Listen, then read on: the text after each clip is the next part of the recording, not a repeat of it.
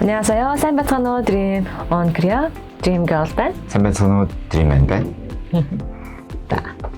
Тэгээд өнөөдөр цагаагаар 대박 хөтөн байгаа. өнөөдөр цагаагаар чирваня. Та бүхэн сонсноо. Тэгэхээр өнөөдөр бэлдсэн яриан болохоор та бүхэн солонгос хэл сурахдаа стандарт хэл сурах зүг боловч бас ингийн үед хэрэглэгддэг шинээр бас өмнөдийг бас сураад авахд илүүтэй гэж бодоод бэлдлээ. Аха. Тийм. Ер нь бол шинээр гарсан үг буюу энэ шинжүүг яг ер нь бол сурахад ер нь бол нэлээд бас хэрэгтэй, амьдралд нэлээд хэрэгтэй байна тийм. Тэгээд хөвчлэн хэрэглэгддэг үгнүүдээс бол хэлэхэд 대박 전다 짱 гэх мэтлэн 싫어하냐 гэх мэтлэн бас үгнүүд байгаа. 가자 гэдэг үг. 가자 гэх мэтлэн. Эдгээр үгнүүдийг бол бас дотны найзуудтайгаа эсвэл дотны хүмүүстэйгээ хэрэглэгддэг үгнүүд. Аха тэгээ саяны манай Dream-ийн хэлсэн өгнүүд маань бас энгийн амьдралд маш их хэрэглэгддэг, маш их сонсогддог.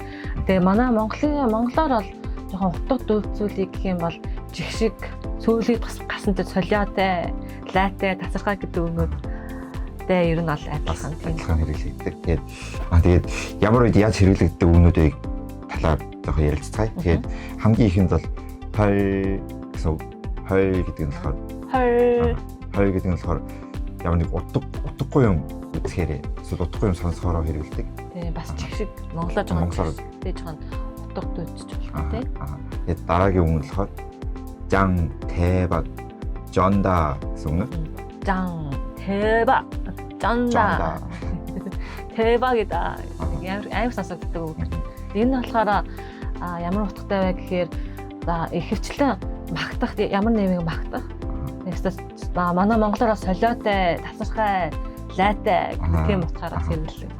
Тэгээд бас өөр 싫어하냐 гэсэн үг. 싫어하냐? 네. 싫어하냐?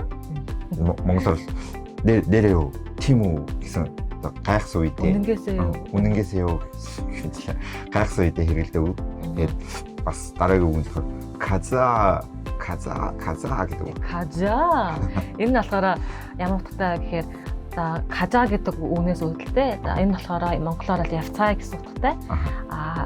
Жоохон маяг оруулаад 가자. Маяг оруулаад хөгжилтэй 가자 гэдэг. 가자. Тэгээ өнөөдрийн өгнүүдийг та бүхэн хэрэглээд дотны найзуудтайгаа дотны хүмүүстэйгээ бас жоохон ойрхон байхыг хүсье. За тэгэхээр өнөөдрийн бэлдсэн бичлэгийг маань 대박 гэж бодож байвал манай сувгийг манай Dream on Korea TV сувгийг лайк дараад subscribe дараарай. За тэгэхээр дараа дахин уулзлаа. Баяртай.